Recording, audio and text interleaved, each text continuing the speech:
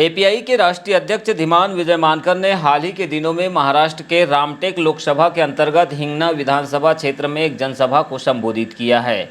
इस जनसभा का पहला पार्ट हमने बीते दिनों आप सभी दर्शकों के लिए यूट्यूब पर अपलोड किया था, लेकिन दूसरा पार्ट तकनीकी कारणों के चलते अवरुद्ध हो गया, जिसे हम आज अपलोड कर रहे हैं। तो आइए नज़र डालते हैं दूसरे भाग पर, जो कि वर्तमान परिदृश्य के लिहाज से अति महत्वपूर्ण है। दूसरी बात, देश के अंदर में ज्ञानवापी मस्जिद है या वहाँ क्या शिवलिंग है, क्या क्या चल रहा है, ये देश में डेली हो रहा है। मैं किसी भी धर्म के खिलाफ नहीं हूँ और मैं किसी के धर्म के साथ भी नहीं हूँ, क्योंकि मेरा ये क्लियर मानना है, विज्ञान को पढ़ने के बाद मैं साइंस को बहुत डिटेल में पढ़ा हूँ, और केवल साइंस को फिजिक्स, केमिस्ट्री, मैथमेटिक्स और इंजीनियरिंग नहीं, साइंटिफिक लॉज और साइंटिफिक थ्योरीज को बहुत ज़्यादा पढ़कर समझने के बाद मेरा एक कंक्लूजन आया है। क्या कंक्लूजन आया है? कि साइंस में रिलीजन प्रूव नहीं होता। कोई भी रिलीजन हो, वो साइंस में प्रूव नहीं होता। दुनिया में कोई भी व्यक्ति according to the scientific theories and law कोई भी रिलीजन को प्रूव नहीं कर सकता। इसलिए मैं ना किसी रिलीजन के फेवर में हूँ, ना रिलीजन के खिलाफ हूँ।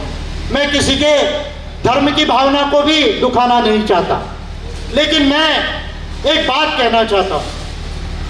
यूरोप में, अमेरिका में अमेरिकन रेवोल्यूशन हुआ, फ्रेंच रेवोल्यूशन हुआ, ग्लोरियस रेवोल्यूशन हुआ, बाद में रशियन रेवोल्यूशन हुआ, 4 बड़े रेवोल्यूशन हुए। हमारे देश में संविधान बना, उसके पहले दुनिया में 60 संविधान बने। कितने संविधान बने? 60 constitutions in the world. India का संविधान ये पहला संविधान नहीं है। आपके लैटिन अमेरिका के, सेंट्रल अमेरिका के कॉन्स्टिट्यूशन सबसे ओल्डेस्ट है। अमेरिकन कॉन्स्टिट्यूशन, सेंट मैरिनो का कॉन्स्टिट्यूशन, मैरिनो का कॉन्स्टिट्यूशन, ये सबसे ओल्डेस्ट कॉन्स्टिट्यूशन है। और ब्रिटेन का अनरिटन कॉन्स्टिट्यूशन, ये तो मैग्ना कार्टा से ही शुरू हुआ है, और बाद में बिल ऑफ राइट्स हुए 1669 आई फील, उसमें भी ब्रिटिश कॉन्स्टिट्यूशन इवॉल्व हुआ है। इंडियन संविधान ये 60वें संविधान के बाद का संविधान है। यूरोप में संविधान बने, लोकतंत्र आया। यूनाइटेड नेशंस जब बना, मानव अधिकार आए 45 में और 48 में। हमने 1949 को और 26 जनवरी 1950 को एक नया इंडिया की नींव रखी। क्या वो नया इंडिया है? ना वो हिंदू इंडिया है, ना वो इस्लामिक इंडिया है, ना वो जैनिस्ट इंडिया है, ना वो बुद्धिस्ट इंडिया है। वो इंडिया जो 26 जनवरी 1950 को जिसकी नींव रखी, वो कॉन्स्टिट्यूशनल इंडिया है, वो संवैधानिक लोकतंत्र है, वो संवैधानिक भारत है। आप गंभीरता से मेरी बात को सुनिए। तो हमने 26 जनवरी 1950 को और 15 अगस्त 1947 को, 2 डेट का मैं रेफरेंस दे रहा हूं, हम एक नए भारत के तरफ गए। क्या भारत के तरफ गए? कि भाई हम 5000 साल की हिस्ट्री हो या 10,000 साल की हिस्ट्री हो, या मैं जो कहता हूं कि 50,000 साल की हिस्ट्री है इंडिया की। ओवैसी जी ने भी उस दिन 50,000 साल के इतिहास की बात की। मेरे पहले आज तक इंडिया में किसी ने 50,000 साल की हिस्ट्री की बात नहीं की। हमें पीछे की तरफ नहीं जाना है, हमें आगे की तरफ जाना है। महत्वपूर्ण याद लीजिए, 26 जनवरी 1950 को हमारे संविधान ने अमेरिका के कॉन्स्टिट्यूशन से वी द पीपल लिया, जस्टिस लिया। फ्रेंच के कॉन्स्टिट्यूशन से लिबर्टी, इक्वालिटी, फ्रेटर्निटी लिया। जो सच है आप रिकॉर्ड को जाकर देख सकते हैं। और ये कहा कि हम एक डेमोक्रेसी है, हम एक रिपब्लिक है, हम एक कॉन्स्टिट्यूशन से अब इसके बाद चलेंगे। हम सबको समता, स्वतंत्रता, बंधुता, न्याय के आधार पे जो फ्रेंच रेवोल्यूशन और अमेरिकन रेवोल्यूशन के जो इसेंशियल पॉलिटिकल प्रिंसिपल्स है, उसके आधार पर हम अपने देश को आगे ले जाएंगे। आज आप कह रहे हैं कि अरब लोग, मुस्लिम लोग 1000 साल पहले आए, तो उसके पहले मंदिर था, फिर मस्जिद बना। फिर कल जैन और बौद्ध लोग कहेंगे कि आपके पहले हमारा था, तो अब आपने हमारे ऊपर बनाया, तो इसलिए आप ये करो। फिर मेरे जैसा कोई इंसान करेगा, मैं बोलूंगा आप सबने, सिंधु सभ्यता जो किसी की भी नहीं थी, यहाँ के आदिवासियों की थी, उसके ऊपर आपने सबने बनाया, इसलिए आप हटाओ, हमारा रहने दो। तो इंडिया को हम आगे ले जाना चाहते या पीछे लेकर जाना चाहते हैं? इश्यू ये है कि जब संविधान ने एक बार कह दिया कि हमको समता, स्वतंत्रता, बंधुता, न्याय, और आर्टिकल 25(2) में सेक्युलर ये वर्ड लिखा हुआ है, अलॉन्ग विद द प्रीएम्बल। भले ही लोग कहते हैं कि प्रीएम्बल में 172 में आया 42nd अमेंडमेंट से, लेकिन आर्टिकल 25(2) में सेक्युलर पर्पसेस के लिए स्टेट यानी सरकार, पार्लियामेंट और एग्जीक्यूटिव लॉ बना सकती है। ये बात कॉन्स्टिट्यूशन के आर्टिकल 25(2) में लिखा गया है। उसके बाद संसद ने एक कानून बनाया। नरसिम्हा राव गवर्नमेंट जब थी तब एक कानून बनाया। थोड़ी हवा धूल आएगी, चलेगा ना आपको? बारिश नहीं आती तब तक मैं बोलूँगा, बारिश आएगी तो मेरा स्पीच समाप्त कर लूँगा। थोड़ी तकलीफ सह लीजिए, ज़्यादा होगी तो बंद कर दूँगा। 99 में places of worship special provisions act 1991 बनाया। उसमें ये कह दिया कि भाई 15 अगस्त के दिन जो धार्मिक स्थल जैसा था उसको वैसा माना जाना चाहिए, लेकिन उसके सेक्शन 4 में एक्सेप्शन डाल दिए। फिर ये कहा कि बाबरी मस्जिद इस एक्ट के बाहर होगी, ये आप सब लोग जानते हैं। तो अब ये सिलसिला कोर्ट के माध्यम से ओपन करने की कोशिश हो रही है। ठीक है, हर एक को अधिकार है, वो न्यायालय में जा सकता है। मेरा ये सवाल है कि क्या इंडिया और 500 साल इस हिस्ट्री में, इस कॉन्फ्लिक्ट में रहना पसंद करेगा, या इंडिया को विज्ञान से आगे जाना है, विज्ञान मानवता से आगे जाना है, ह्यूमन राइट्स से आगे जाना है? ये सोचने का सवाल आया है। और कल सुप्रीम कोर्ट ऑफ इंडिया इस पर एक सुनवाई करेगा, शायद कुछ इंटरिम निर्णय देगा।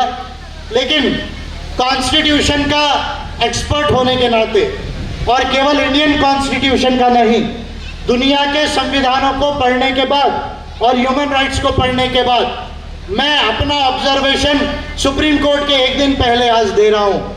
कल सुप्रीम कोर्ट 19 तारीख को कुछ कहेगा, मैं ये कह रहा हूँ कि 1991 का places of worship special provisions act और आर्टिकल 25 और 26 of the constitution of India, अभी मैं अनुच्छेद 25 और 26 पे बाद में कमेंट करूंगा, लेकिन 1991 का एक्ट ये डिफेक्टिव लॉ है। मैं ये कह रहा हूँ ये डिफेक्टिव लॉ है, और जब तक इस कानून को ठीक से अमेंड नहीं किया जाता, ज्ञानवापी, मथुरा, ईदगाह, हुबली, बेंगलोर, खरगोन, ऐसे हजारों विवाद इस देश में होते रहेंगे और न्यायालय उसको एंटरटेन करते रहेंगे और इंडिया के लोगों का समय इसमें बर्बाद होगा। इसलिए पहली कंडीशन है कि 1991 के एक्ट को ठीक से अमेंड किया जाए, और secondly article 25 sub clause 2 of the constitution of India को भी अमेंड करने की जरूरत है, तब जाके ये विवाद रुकेगा। केवल सेकुलर बोल देने से ये विवाद समाप्त नहीं होगा। ऐसा संविधान का एक एक्सपर्ट होने के नाते, ह्यूमन राइट्स का एक्सपर्ट होने के नाते, आज मैं एक दिन पहले अपना ऑब्जर्वेशन दे रहा हूं, और मैं समझता हूं कि बाकी बातें मैं इस पर आगे करूंगा। अब मैं आपको अपनी बातें आखिरी में शॉर्ट में बताकर कंक्लूजन की तरफ जाना चाहूँगा। साथियों, एपीआई एक ऐसी पार्टी है जिसने तमाम नीतियों को डिक्लेयर किया।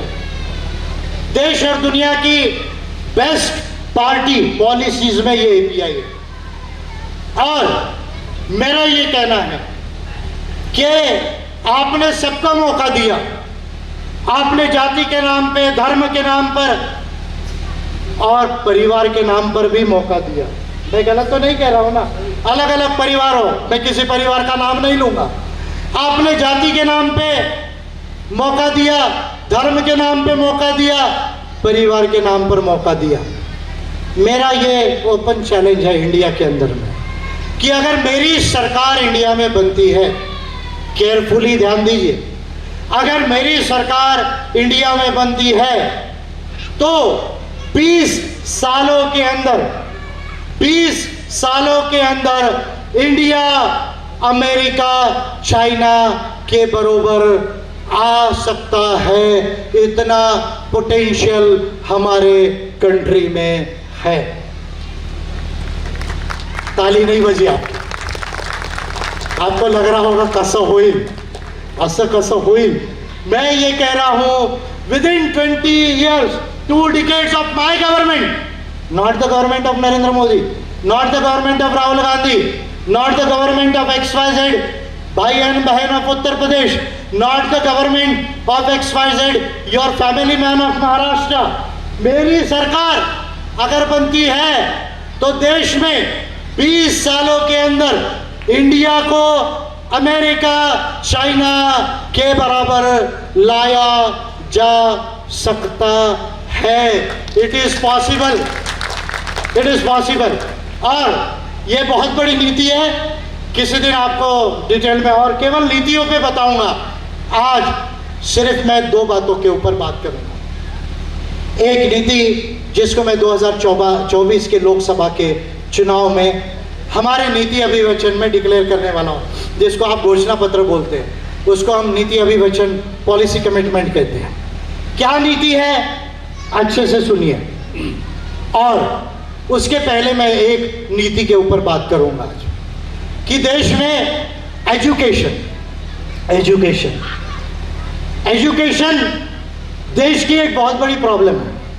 और मेरी बात को आप गंभीरता से ध्यान लीजिए और बुरा मत मानिए। मैं कुछ बातें आपको ऐसी कहूंगा जो आत्मचिंतन वाली बातें हैं। दुनिया में इस कोरोना के पहले 1 साल पहले सर्वे हुआ, यूनाइटेड नेशंस की बॉडीज और बाकी जो रिलेटेड एजेंसीज है उन्होंने सर्वे किया। क्या सर्वे किया कि भाई इंडिया के स्टूडेंट्स में mathematics, science and language, mathematics, science and language में इंडिया के बच्चों का नंबर दुनिया में कितना है। That was the survey and that was just made before 2019 वगैरह का सर्वे। और क्या उसका रिजल्ट आया?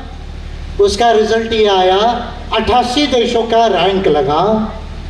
उस 88 देशों के रैंक में इंडिया का रैंक नहीं है।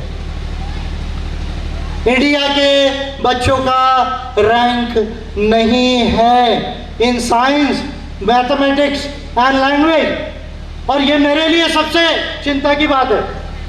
मेरे लिए सबसे चिंता की बात है कि अभी जो बुजुर्ग हो गए उनके जाने दीजिए, वो समय और था। लेकिन आज की युवा पीढ़ी, आज 3 साल, 3.5 साल से लेके 30 साल तक के जो युवा पीढ़ी है, उसका साइंस, मैथमेटिक्स एंड लैंग्वेजेस में दुनिया के 88 कंट्रीज में नाम नहीं है। पहला रैंक किसका आया? बड़ी आश्चर्य की बात है, चाइना का। पहला रैंक किसका आया? चाइना का, जो रिलीजन को नहीं मानता। उसके बच्चे मैथमेटिक्स में, साइंस में और लैंग्वेजेस में सबसे आगे हैं। जो रिलीजन को मानते हैं वो भी कुछ कंट्रीज है, लेकिन जहां रिलीजन कम मानते हैं वो कंट्रीज ज्यादा है। जो रिलीजन को मानते हैं, श्रीलंका का क्या हाल हुआ आप देख रहे हैं। आज उनकी ऐसी हालत है कि 300 रुपए से ज्यादा टमाटर, गेहूं, प्याज, आटा और फल फ्रूट सब्जी 1700 रुपए किलो से ज्यादा है। आजकल में पेट्रोल का, डीजल का स्टॉक समाप्त तो हो जाएगा। जो रिलीजन को ज्यादा माने उनकी ये कंडीशन है, जो रिलीजन को नहीं मान रहे उनका प्रोग्रेस दुनिया में आगे जा रहा है। या why, what is the reason? Please try to understand. और इसलिए इंडिया को अगर चाइना अमेरिका के बराबर लाना है तो यहां धर्म और संस्कृति की शिक्षा की जरूरत नहीं है, यहां मराठी हिंदी में एजुकेशन देने की जरूरत नहीं है। दीजिए, एक आपकी मदर लैंग्वेज आना चाहिए, मैं उसके खिलाफ नहीं हूं। मराठी शिकवा, हिंदी शिकवा, ट्राइबल लैंग्वेजेस गोंडी शिकवा, कोलामी शिकवा, संताली शिकवा, मुंडारी शिकवा, I am not against them, सिखाओ। लेकिन जब तक आपका बेसिक एजुकेशन फर्स्ट स्टैंडर्ड से इंग्लिश में नहीं होगा और आपका एजुकेशन ये प्योरली साइंस और टेक्नोलॉजी के आधार पे नहीं होगा, मानवता के आधार पे नहीं होगा और बाकी नॉलेजेस के ऊपर बेस्ड नहीं होगा, जब तक आप हर चीज को धर्म, जाति, समुदाय, इतिहास, संस्कृति के नजरिए से देखते रहोगे, सॉरी टू से आप 500 साल चाइना अमेरिका के बराबर नहीं आ सकते। भले मोदी कितनी भी टोपी पहन के आपको बताए कि इंडिया आगे जाएगा। मेरी बात आप गंभीरता से ध्यान में लीजिए। इंडिया में ये बात कोई लीडर आपको नहीं बताएगा, क्योंकि मेरा दुनिया भर का स्टडी है, इसलिए मैं बता रहा हूं। इसलिए India requires an educational policy जो केवल गरीबों को पढ़ने का मौका ना दे, हायर एजुकेशन तक, गरीब बच्चे को higher education, post graduation, post doctoral तक भी पढ़ने की चिंता नहीं होनी चाहिए, इतनी सस्ती एजुकेशन होनी चाहिए। ये एक पार्ट उस नीति का होना चाहिए। लेकिन गरीब बच्चे को यदि आप इतिहास पढ़ाओगे, संस्कृति पढ़ाओगे, भाषा पढ़ाओगे और अगर उसको साइंस नहीं पढ़ाओगे, टेक्नोलॉजी नहीं पढ़ाओगे, अगर उसको आप वर्ल्ड लेवल का नॉलेज नहीं पढ़ाओगे, अगर इंग्लिश लैंग्वेज नहीं पढ़ाओगे, तो इंडिया का ह्यूमन रिसोर्स ये ह्यूमन कैपिटल में कन्वर्ट नहीं होगा। और दुनिया का इतिहास ये कहता है, जब से एडम स्मिथ ने वेल्थ ऑफ नेशंस लिखा 1769, I feel so if I am not wrong, Adam Smith जो जनक है आधुनिक मार्केट इकोनॉमिक्स के, आप कार्ल मार्क्स के ऊपर ज्यादा ध्यान दिया, एडम स्मिथ के ऊपर ध्यान नहीं दिया, राइकार्डो के ऊपर ध्यान नहीं दिया, जॉन मार्शल के ऊपर आपने ध्यान नहीं दिया, फिशर के ऊपर ध्यान नहीं दिया, केन्स के ऊपर ध्यान नहीं दिया, पॉल सैमुअलसन के तरफ ध्यान नहीं दिया। एडम स्मिथ ने 350 साल पहले लगभग ये बात बताई है कि ह्यूमन पॉपुलेशन सफिशिएंट नहीं है, केवल काम करने वाले हाथ पर्याप्त नहीं है, आपकी स्किल, आपकी डेक्सटेरिटी, आपका टैलेंट डेवलप होना चाहिए। और अगर आपको फोर्थ इंडस्ट्रियल रेवोल्यूशन के लिए, जिस फोर्थ इंडस्ट्रियल रेवोल्यूशन में हम चल रहे हैं, आर्टिफिशियल इंटेलिजेंस और बिग डेटा कंप्यूटिंग और इसके साथ में जेनेटिक इंजीनियरिंग और बायोटेक्नोलॉजी की जो बात हो रही है, इसमें यदि आप साइंस और टेक्नोलॉजी को नहीं पढ़ोगे, इंग्लिश लैंग्वेज को नहीं पढ़ोगे, तो इंडिया कभी भी एक डेवलप्ड नेशन नहीं हो पाएगा। कम से कम और 50-100 साल तो मुझे ये नजर नहीं आता। इसलिए एपीआई की शिक्षा नीति केवल गरीब को उच्च शिक्षा देने तक के उसका प्रोविजन नहीं करेगी, इंडिया के हर व्यक्ति को विज्ञान और मानवता और दुनिया के ज्ञान के आधार पर फ्री थिंकिंग से, साइंटिफिक से थिंकिंग से एजुकेशन देने का प्रोविजन करेगी। ये एक बड़ी महत्वपूर्ण बात है जिसको आपको समझने की ज़रूरत है। दूसरी, आज मैं अपनी एक नीति डिक्लेयर करके और थोड़ा सा राजकारण पे बात करके फिर अपनी बात समाप्त करूंगा। हमारा देश 47 में आज़ाद हुआ, संविधान 50 में लागू हुआ। चाइना 49 में उसने भी एक नया चाइना बनाया।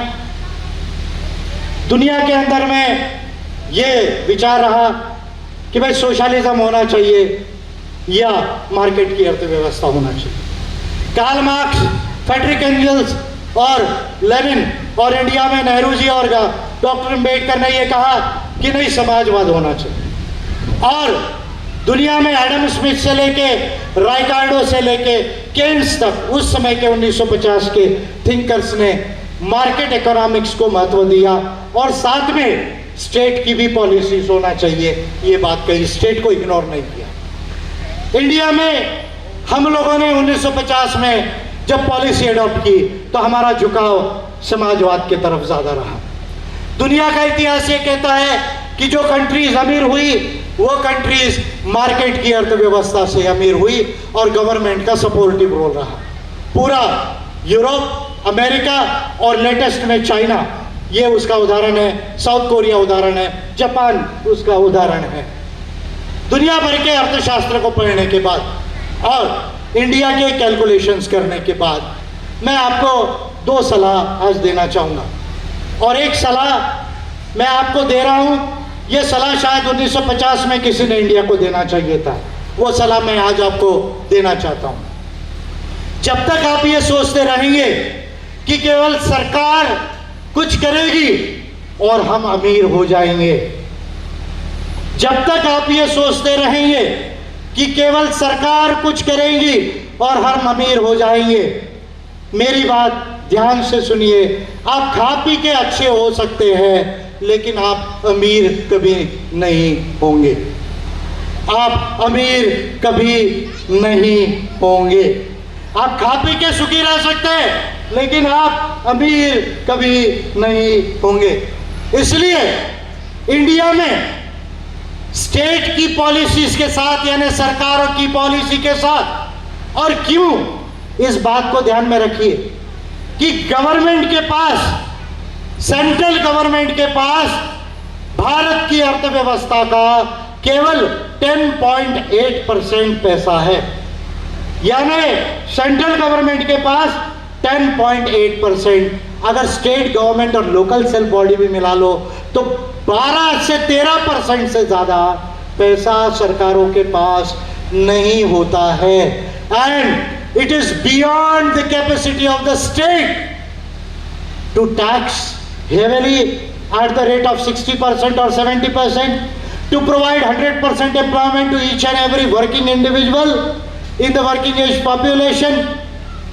अर्थशास्त्र में इसके बहुत सारे कैलकुलेशंस हैं कि आप 60-70% से टैक्स लगाओगे तो आप सबको रोटी तो दे सकते हैं लेकिन देश की अर्थव्यवस्था नीचे आ जाएगी। गवर्नमेंट में ही अगर हर एक को अगर आप रोजगार दोगे तो 100 लोगों को आप सरकार में रोजगार नहीं दे सकते, ज़्यादा से ज़्यादा 10, 15, 20% लोगों को दे सकते हैं।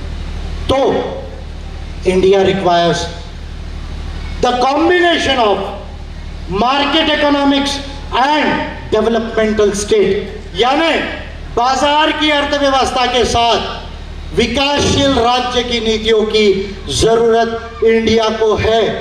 आरक्षण के साथ जो आरक्षण है वो आपको केवल एक प्रतिनिधित्व देता है, वो कुछ लोगों को सर्विसेज में पहुंचाएगा, सब परिवारों को अमीर नहीं बना सकता। इसलिए भारत के हर परिवार को मार्केट में इंक्लूड होने की जरूरत है। चाइना यदि अमीर हुआ तो केवल रोजगार देकर अमीर नहीं हुआ, चाइना का हर परिवार के लोग वहाँ के मार्केट में, फिनेंशियल मार्केट्स में इंक्लूडेड है। ये समय इंडिया में आया हुआ है, कैसे इंक्लूड होना, क्या होना, वो आपके ऊपर है। मैं कोई फाइनेंशियल एडवाइज़र नहीं हूँ, भले ही मुझे मालूम है, पर उसकी सलाह मैं नहीं दूंगा क्योंकि मैं एज अ पॉलिटिकल लीडर अभी बात कर रहा हूँ। दूसरा, इंदिरा गांधी जब थी एक स्लोगन लावला होता। क्या स्लोगन लावला होता? गरीबी हटाओ।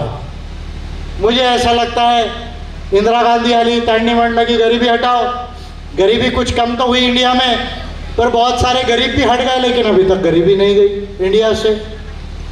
फिर नरेंद्र मोदी जी आए, उन्होंने तो बहुत बड़ी बात कही थी कि मैं आया तो मैं उधर स्विट्जरलैंड, जर्मनी का पैसा लाऊंगा और हर परिवार को 15-15 लाख रुपए, नहीं हर परिवार को नहीं, हर व्यक्ति को 15 लाख रुपए दे दूंगा और इंडिया के लोग रातों रात क्या हो जाएंगे? अमीर हो जाएंगे। 15 लाख रुपए मिला क्या आप लोगों को? मिला क्या? बोलने में भी दिक्कत, डर लग रहा है क्या मोदी जी से? क्या मिला क्या 15 लाख रुपया? मिला क्या? नहीं मिला, मिलेगा भी नहीं। लेकिन मैं आज आपको बड़ी जवाबदारी से एक बात कह रहा हूं, और ये बात जो मैंने पहले कही कि मैं केवल इंडिया का संविधान और दुनिया के संविधान नहीं, वर्ल्ड के संविधानों के साथ ह्यूमन राइट्स को पढ़ा, इकोनॉमिक्स और फिनेंस को पढ़ा, पॉलिटिकल साइंस को पढ़ा, इंटरनेशनल रिलेशंस को पढ़ा है, दुनिया भर के हिस्ट्री एंथ्रोपोलॉजी को पढ़ा, साइंस टेक्नोलॉजी को पढ़ा। इकोनॉमिक्स और फिनेंस के स्टडी और कैलकुलेशन के बाद आज मैं एक बात कह रहा हूँ, और ये बात मैं बड़े दावे के साथ कह रहा हूँ, केवल स्लोगन के रूप में नहीं, कैलकुलेशन के आधार पे कह रहा हूँ कि यदि मेरी सरकार बनती है तो मैं देश के अंदर 10 करोड़ गरीब परिवार है या गरीबों जैसी उनकी स्थिति है, जिसको मल्टी डिमेंशनल पॉवर्टी या मार्जिनल पॉवर्टी भी कहा जाता है, देश के 10 करोड़ परिवारों को 10 साल के अंदर, एक दिन में नहीं, एक साल में भी नहीं, 10 साल में 10 करोड़ परिवारों को मैं केवल गरीबी ही समाप्त नहीं कर सकता हूं, उनको मध्यम तौर पर अमीर बना सकता हूं। मध्यम तौर पे, एकदम मत बोलो अंबानी बन जाएंगे करके, मग बनना बरोबर नहीं, middle income group, middle income rich में, यानी आपके पास एसेट्स एंड वेल्थ इतनी हो जाएगी कि फिर गरीबी जैसी कंडीशन बिल्कुल नहीं रहेगी, आप खा पी के सुखी रहेंगे और कम से कम एक पीढ़ी आगे जाने का रास्ता आपका खुलेगा। उसके आगे का रास्ता आपको खुद बनाना पड़ेगा, आपके नॉलेज से, आपके नॉलेज से खुद बनाना पड़ेगा। ये पॉसिबल है 10 साल के अंदर 10 करोड़ परिवारों को देश में गरीबी से टोटली बाहर निकालकर मिडिल इनकम ग्रुप में लाया जा सकता है। वो नीति का कैलकुलेशन मैंने कर लिया है, लेकिन उसको मैं डिक्लेयर नहीं कर रहा हूं आज। आप कहेंगे साहब क्यों? तो अपने देश में रेडीमेड चोरी करके अपना लेबल लगाने वाले बहुत लोग हैं। एक जोक याद आया जाते जाते बताता हूं। एक अमेरिका का व्यक्ति था, एक जापान का व्यक्ति था, एक जर्मनी का व्यक्ति था, एक इंडिया का व्यक्ति था। तो अमेरिका वाले ने कहा, चारों में डिस्कशन चल रहा था, अमेरिका वाले कहे कि भाई देखो हम तो बहुत आगे चले गए, कार की बात हो रही थी, हमने तो जीएम मोटर्स बनाया, फोर्ड बनाया।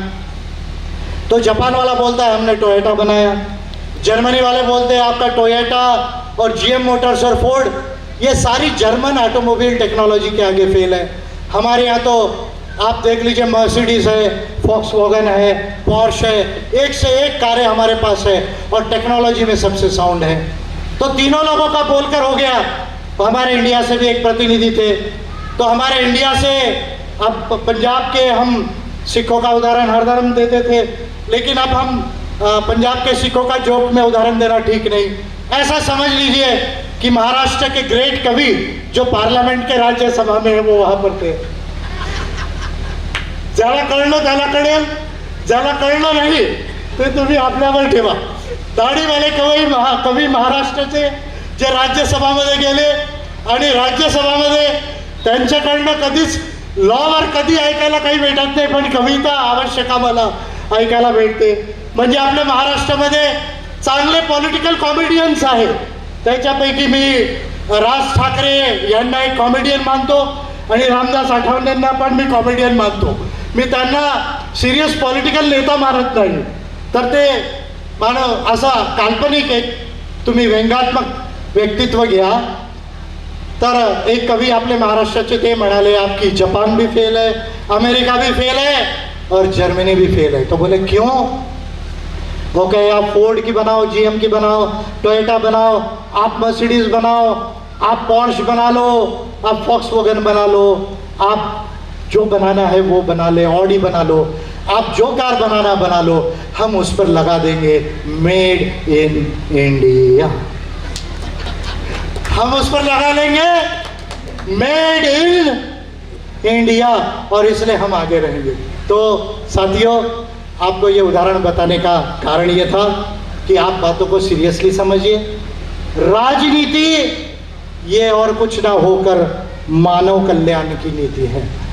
राजनीति और कुछ ना होकर मानव कल्याण की नीति है। राजनीति जन सेवा है, राजनीति जननीति है, राजनीति जन कल्याण है। जब तक देश में धर्म और जाति और संप्रदाय और इतिहास और संस्कृति की राजनीति में आपको गुमराह किया जाएगा, तब तक ये देश पीछे रहेगा, तब तक आप पीछे रहेंगे, आपका परिवार पीछे रहेगा। आपको यदि आगे जाना है, अगर नया भारत बनाना है, सुजान भारत बनाना है, ग्रेट गोंडवाना बनाना है, यदि वैज्ञानिक विकसित और मानवतावादी अगर इंडिया बनाना है, तो आपको ज्ञान विज्ञान और मानवता की नीतियों को समझना होगा और सही नेता नीति और पार्टी को चॉइस करना होगा। वो नीति नेता और पार्टी API के माध्यम से आपके बीच में आहे, त्याच्यावर लक्ष द्या। निवडणुकीमध्ये जजमेंट प्रॉपर घ्या आणि निवडणूक करा। येणाऱ्या महाराष्ट्राच्या लोकल बॉडी इलेक्शन्समध्ये महाराष्ट्रामध्ये आम्ही निवडणूक लढवणार चांगल्याने। बाकी जे कंट्रीजचे जे स्टेट्स आहेत तिथे सुद्धा होणार आणि आमचा प्रयत्न राहणार की मिशन 2024 23-24 याच्यामध्ये आम्ही समोर जाणार आणि APIचे MPs पार्लमेंटमध्ये राहायला पाहिजे ही आशा आम्ही ठेवतो। याच्यासाठी आम्ही कार्य करतोय, याच्याकडे आपण आवर्जून लक्ष द्या। सुजान बना आणि सुजान बनून सुजानपूर्ण निर्णय घ्या, तर उद्धार होईल, स्लोगनने उद्धार होणार नाही, अशी गोष्ट मी आपल्याला बोलतो। जय महाराष्ट्र, जय गोंडवाना, जय महाराष्ट्र, जय गोंडवाना, जय विज्ञान, जय इंसान, जय मानवाधिकार।